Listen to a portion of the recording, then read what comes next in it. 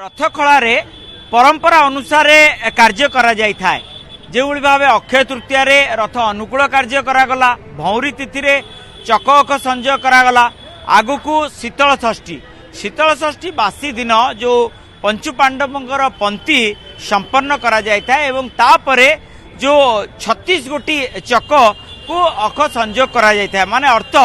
42 गोटी चक अख संजोग कार्य शेष हो जिवो एवं ता परवर्ती परंपरा रहउची देवस्नान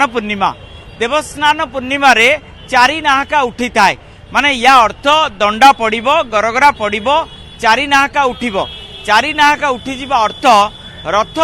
र गोटे गोटे बलय सृष्टि हबो एवं रथ पूरा पूरी दंडा मान हबो माने प्रथमे श्री जगन्नाथ रथ मझिरे देवी सुभद्रा दर्पदलन रथ एवं शेष रे बलभद्र श्री बलभद्र महाप्रभुंकर तालध्वज रथ एबे आपण देखि पारुथिबे से दृश्य किभଳି भाबे महाराणा सेवक विश्वकर्मा महाराणा माने आज उपस्थित हेलेनी सकाळ सकाळ बोई सेवक माने मध्य उपस्थित हेलेनी एवं सबु कार्य किभଳି भाबे द्रुत गति रे हबो एवं समन्वय रे करा जिवो ता पर विशेष करी गुरुत्व दिया जायछि आम सहित अछंती आलोक भोई युव भोई सेवक रविंकर पुत्र तांकर अनेक दायित्व कौन कौन सब काम आपण माने जोगेलेनी एवं किभଳି भाबे काम अग्रगति होउछि जय जगन्नाथ आमर काम महाप्रभु दर बहुत द्रुत गति चली अच्छे आमर बर्तमान 3 रथर 42 गोटी चक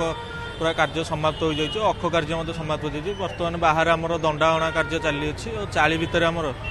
गरगरा हणा कार्य चली अच्छी और भूईर समस्त चौथा कार्य संपूर्ण रूप सरी जाइए बर्तमान चाली नाहाका पड़ी नाहाका हणा कार्य चली अच्छी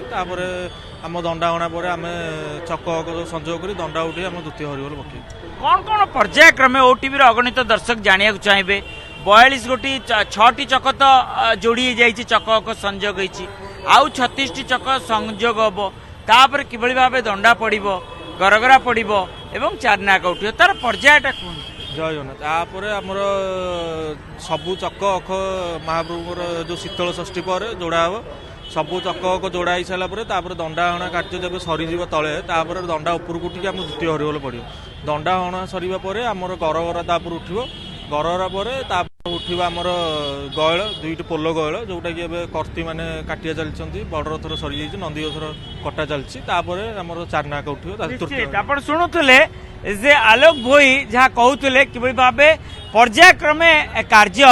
अग्रगति होता है तेणु देवस्नान पूर्णिमा को एबे समस्त विश्वकर्मा महाराणा मानकर नजर जे किभଳି भाबे देवस्नान पूर्णिमा रे चारि नाहका उठिबो।